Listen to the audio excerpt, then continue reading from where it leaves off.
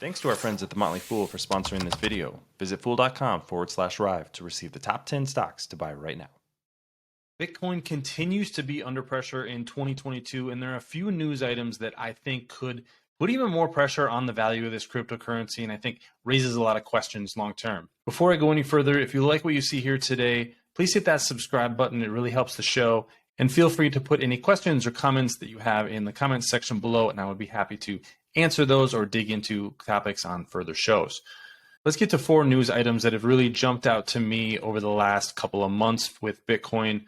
One is that Bitcoin miners have been selling Bitcoin at a pretty rapid rate. This is an article from Cointelegraph, and they're saying that 27% less Bitcoin is being held by miners than 3 months ago. This is from August, but you can see the data here. June and July were big selling months for Bitcoin miners. So looks like they're having to liquidate their positions just to keep their operations afloat. That's not a great sign for some of the people that should be the most bullish on Bitcoin long-term, which is the mining community. The other thing to look at is the trading trends. And I think this is really interesting because if you look at the volume of Bitcoin being traded, this really peaks here in late 2020, and then there's another jump in early 2021 in the April-May timeframe. That's when Bitcoin kind of had its major first peak. The high was actually a few months later. But if you look at this data versus the personal savings rate, I think it's really telling about what was going on here. In the April-May timeframe is when the pandemic hit. People stopped spending money where they were normally spending it on places like restaurants. There was also stimulus funding coming out. So what do? You do things like trade Bitcoin and cryptocurrencies. There was another spike in early 2021. That was when you see the value of Bitcoin rising as well. What's more concerning is what has happened since then. The savings rate has gone from a peak over 25% in 2021 to only about 5% the last few months. And I wouldn't be surprised to see that falling if we have a recession, maybe even layoffs in the economy.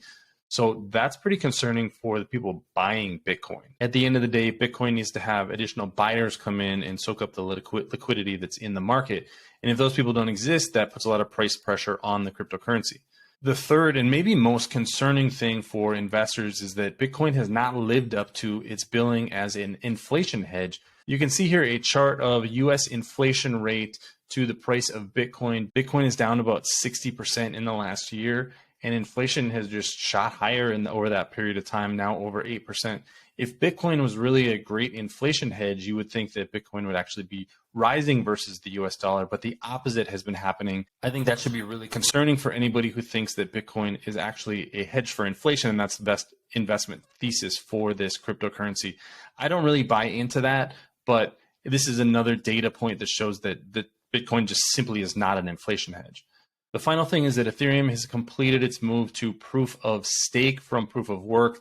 Remember, proof of work validation is what Bitcoin uses. That's why it consumes so much energy. This could put additional pressure on Bitcoin as investors think about Ethereum as a better store of value and a more efficient store of value. So we'll see how that plays out over the next 6 months to a year. But I think that is worth considering because there are some people who are making a very good argument that now Ethereum is actually a better store of value. It's actually a deflationary cryptocurrency, while Bitcoin is still inflating until it reaches the max number of tokens that it can have out.